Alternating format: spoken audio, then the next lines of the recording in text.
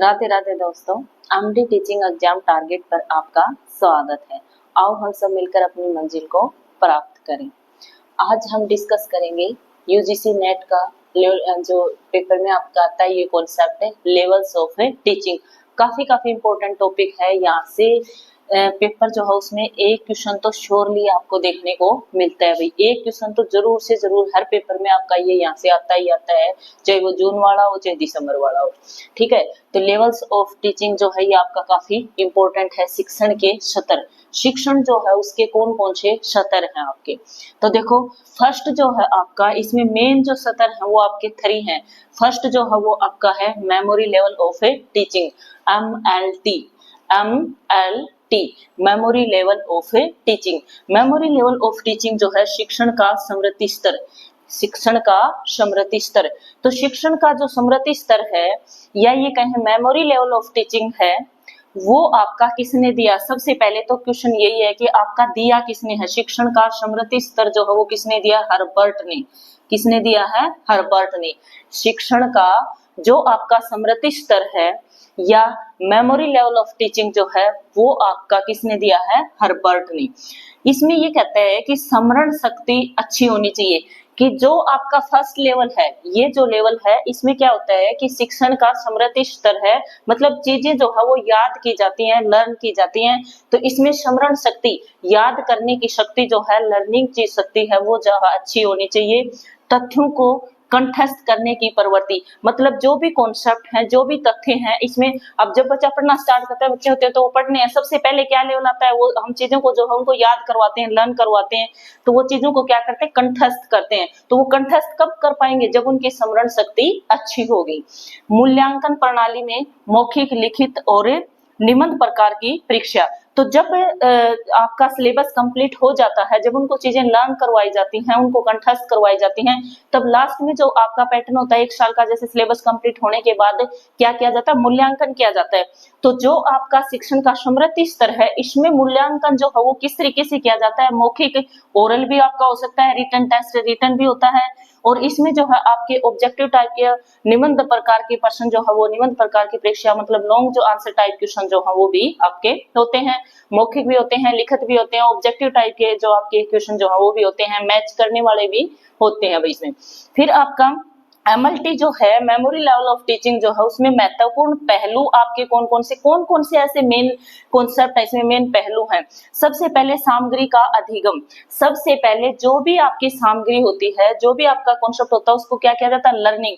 सबसे पहले की क्या की जाती है, लर्निंग, अधिगम किया जाता है। उसके बाद सामग्री का प्रतिधारण, उसको रिटेंशन किया जाता है, उसका प्रतिधारण किया जाता है। और उसके बाद पुनर्उत्पादन, रिप्रोडक्शन, मतलब जो भी चीजें होती हैं, जो भी कॉन्सेप्ट होता है, उसको लर्न किया जाता है, फिर उसका रिटेंशन, उसको धारण किया जाता है, और उसके बाद उसको रिप्रोडक्शन किया जाता है। मतलब जो चीजें होती है उनको याद किया जाता है, लर्न किया जाता है, फिर इन रिटेंशन उनके अकॉर्डिंग फॉलो किया जाता है, और फिर जो है वो चीजें, उस टाइप की जो प्रॉब्लम्स आती है उसको सोल्व किया जाता है, उस टाइप की जो प्रॉब्लम्स आती है उसे प्रोडक्शन किया जाता है, उनको फॉलो किया जाता है।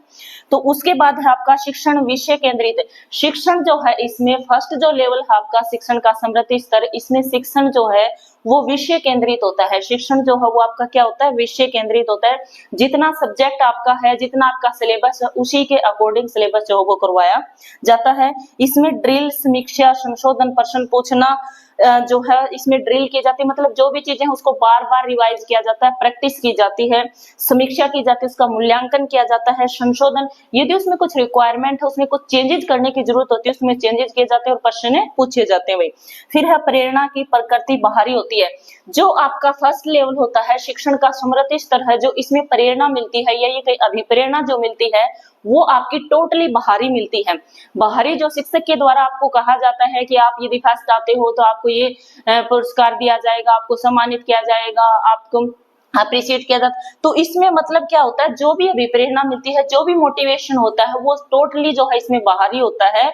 आपका फर्स्ट जो लेवल होता है इसमें उपकरण जो है, इसमें क्या होते हैं, दृश्य यंत्र होते हैं, मतलब दिखा के चीजें सुनवाई जाती हैं, आपके वीडियो वगैरह जो है, सहायक मॉडल और कोई मॉडल जो है आपके सहायक उसमें रिलेटेड होते हैं, कोई चार्ट वगैरह से बच्चों को समझाना, या कोई मानचित्र वगैरह जो है उसके ऊपर समझाना, कोई चित्र वगैरह दिखा के, या टीवी के ऊपर जो है दिखा के, तो इस तरीके से बच्चों को चीजें जो है वो समझाई जाती हैं। फिर आपका सेकंड आता है, सेकंड लेवल। सेकंड लेवल जो है आपका क्या होता है, understanding level of a teaching. Second जो है आपका understanding level of a teaching. इस लेवल तक जो चीजें हैं वो शिक्षण के स्तर में इस लायक हो जाती है कि वो चीजों को समझने लग जाते हैं। तो आपका इसका क्या होता है, ULT, understanding level of a teaching. UR understanding level of a teaching, शिक्षण का अवबोध स्तर। शिक्षण का अवबोध स्तर मतलब अंडरस्टैंडिंग हो जाती है, समझने लग जाते हैं।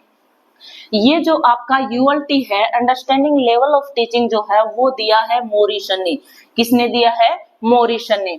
ये दिया है आपका मॉरिसन ने। और जो आपका स्मृति स्तर था वो आपका दिया था हर्बर्ट ने। ठीक है, तो यह स्मृति और अंतर्दृष्टि है। इसमें स्मृति वाला तो है ही, और इसमें बाकी अंतर्दृष्टि और होती है। स्मृति और अंतर्दृष्टि दोनों होती है इसमें।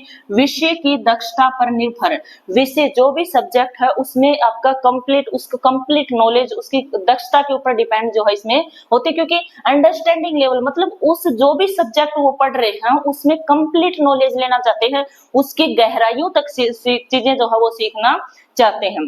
बौद्धिक व्यवहार, और उसी के अकॉर्डिंग जो है उनका व्यवहार किया जाता है। यह स्मृति स्तर की तुलना में उच्च स्तर है। बिल्कुल, ये स्मृति स्तर पर जो है चीजें लर्न करवाई जाती है, उनको कंठस्थ करवाई जाती हैं, लेकिन इसमें चीजों को समझने के ऊपर फोकस किया जाता है कि ये चीजें हुई हैं तो क्यों हुई हैं और कैसे हुई हैं। इसमें क्वेश्चन पुट करने आपके लग जाते हैं। तो इसलिए ये स्तर जो है आपका स्मृति स्तर से हायर लेवल पे आपका होता है। विषय वस्तु व्यापक और अधिक विस्तृत होती है। विषय वस्तु, अब जब ने देखा होगा स्कूल लेवल में जब हम स्टडी करते हैं तो जो कॉन्सेप्ट आप जैसे ग्रेजुएशन में जाते हो, फिर आप पीजी में जाते हो, पोस्ट ग्रेजुएशन में जाते हो, तो कॉन्सेप्ट टॉपिक नेम हुए होते हैं, लेकिन वो वहां पे डिटेल में होते हैं। वो आपके जैसे जैसे आपकी हायर लेवल पे आप जाते हो वैसे वैसे वो कॉन्सेप्ट जो है, वो टॉपिक जो है आपके डिटेल में होते हैं। तो इसलिए विषय वस्तु जो हो व्यापक या अधिक विस्तृत आपकी यहाँ पे हो जाती है। व्याख्यान, यहाँ पे कॉलेज में आपने देखा होगा लेक्चरर्स जो है वो लेक्चर देते हैं अपने, और जो भी टॉपिक होता है उसका आगे लेक्चर देते हैं। तो व्याख्यान जो है इसमें होता है। चर्चा विधि होती है, भाई चर्चा विधि डिस्कशन किया जाता है, कोई कॉन्सेप्ट है उसके ऊपर जो है जो भी उसके ज्ञाता होते हैं, जो लेक्चरर्स होते हैं या स्टूडेंट्स होते हैं, उसमें उस टॉपिक के ऊपर डिस्कशन किया जाता है, ताकि जिसके उससे में थॉट रखते हैं। फिर है इसमें आगमनात्मक और निगमनात्मक। ये कहता है इसमें जो शिक्षण का अवबोध स्तर है, इसमें दोनों मेथड को अपनाया जाता है टीचिंग में, आगमनात्मक और निगमनात्मक, इंडक्टिव और डिडक्टिव मेथड बोला जाता है इनको। इंडक्टिव क्या होता है कि कोई भी चीजें हैं, पहले उस कॉन्सेप्ट को जो है आपका पहले एग्जाम्पल दिया जाता है और फिर उसको सॉल्यूशन किया जाता है। मतलब चीजें समझाने के लिए जो है आपके पहले उसका एग्जाम्पल दिया जाता है और फिर उसको समझाया जाता है। पहले उसका एग्जाम्पल दिया जाता है और फिर उस चीज को, उस कॉन्सेप्ट को समझाया जाता है। निगमनात्मक इसमें इसका अपोजिट होता है कि पहले कॉन्सेप्ट को समझाया जाता है और फिर उसके बाद जो है एग्जाम्पल दिया जाता है। तो इस तरीके से चीजें जो है वो क्लियर की जाती हैं। उदाहरण और स्पष्टीकरण, जो भी कॉन्सेप्ट होता है उसको अच्छे से क्लियर करने के लिए, उसको अच्छे से समझाने के लिए उससे रिलेटेड जो एग्जाम्पल है वो दिए जाते हैं, उसको स्पष्टीकरण किया जाता है, उसको जनरलाइज किया जाता है। कक्षा का वातावरण सक्रिय होता है। बिल्कुल भाई, जब इस लेवल पे आते हैं यूएलटी जो है उसमें जो कक्षा का वातावरण होता है, जो कक्षा का इन्वायरमेंट होता है वो आपका सक्रिय होता है। क्योंकि व्याख्यान होता है, जब डिस्कशन किया जाता है तो लेक्चरर्स के द्वारा, टीचर्स के द्वारा और स्टूडेंट्स के द्वारा आपस में मिलकर डिस्कशन किया जाता है, तो पूरी क्लास का इन्वायरमेंट जो है वो आपका क्या होता है, सक्रिय होता है। अभिप्रेरणा बाह्य के साथ साथ आंतरिक होती है। जैसे हमने फर्स्ट लेवल में किया था अमल्टी में, मेमोरी लेवल ऑफ टीचिंग में, कि जो अभिप्रेरणा जो है वो आपकी सिर्फ और सिर्फ बाहरी होती है, लेकिन अंडरस्टैंडिंग लेवल जो है, इस लेवल पे बच्चा इतना समझदार हो जाता है कि वो उसका सक्रिय अभिप्रेरणा जो है उसको बाह्य के साथ साथ आंतरिक भी होती है। वो खुद से भी ये चीजें समझने लग जाता है कि मैं ये चीज करूंगा तो ये मेरे लिए अच्छी है, ये चीज अगर नहीं करूंगा तो मेरे लिए ये चीज इस तरीके से मुझे इस चीज का लॉस होगा। तो उसको कहीं ना कहीं अभिप्रेरणा खुद से आंतरिक भी होती है और बाह्य भी मिलती है। उपकरण जो है प्रतिरूप होता है, रेखा चित्र वगैरह, कोई डायग्राम वगैरह, उनको चीजों को एक्सप्लेन किया जाता है। गोंद वाले कार्ड मतलब उनमें शॉर्ट नोट्स डाले जाते हैं, उस तरीके से शॉर्ट में नोट्स में उनको चीजें एक्सप्लेन की जाती हैं। कोई पिक्चर वगैरह, चित्र वगैरह दिखा के जो है उनको चीजें हैं समझाई जाती हैं, क्लियर किए जाती है। कोई कॉन्सेप्ट वो समझ नहीं आ रहा तो उससे रिलेटेड पिक्चर वगैरह दिखा दी, उससे रिलेटेड चित्र वगैरह दिखा के उसको एक्सप्लेन किया जाता है।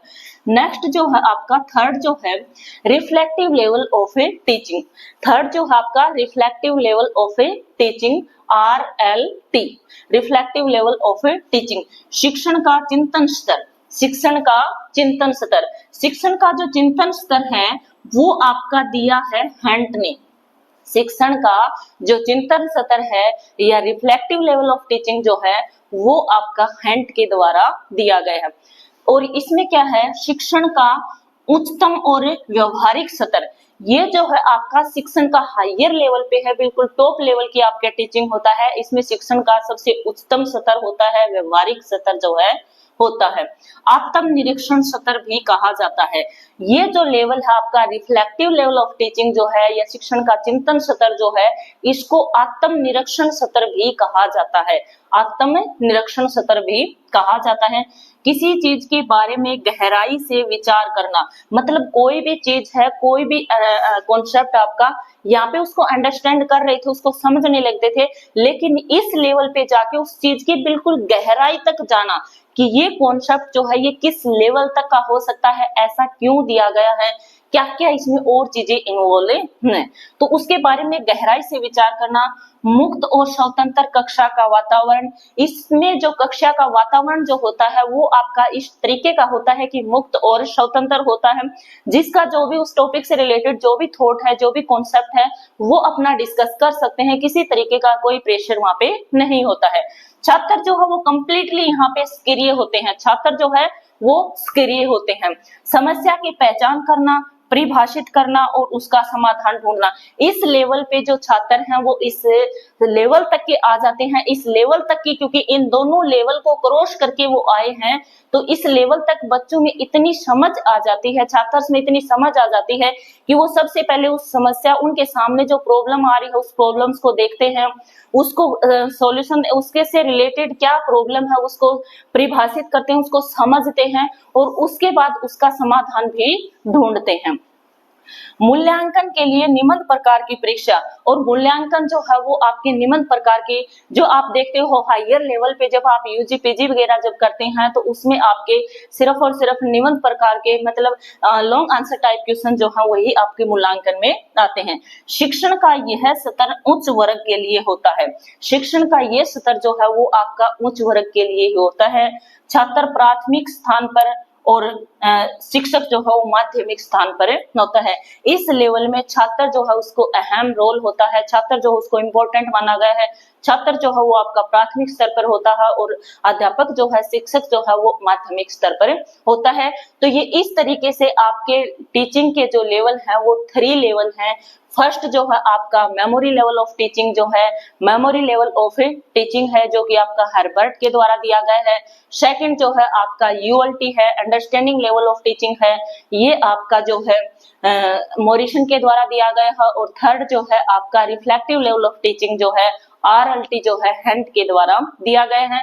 तो इसके मुख्य प्रस्तावक जो हैं तीनों के वो आपको अच्छे से याद होने चाहिए, कौन से लेवल पे कौन सा सबसे पहले है, कौन सा सेकंड नंबर पे, कौन सा थर्ड लेवल पे है, इनका मूल्यांकन का लेवल क्या है, कौन कौन से पॉइंट टू पॉइंट मैंने पॉइंट्स इनमें डाल रखे हैं, इनसे बाहर कोई पॉइंट जाए मुझे लगता नहीं है, मैंने हर एक पॉइंट इसमें डाले हैं।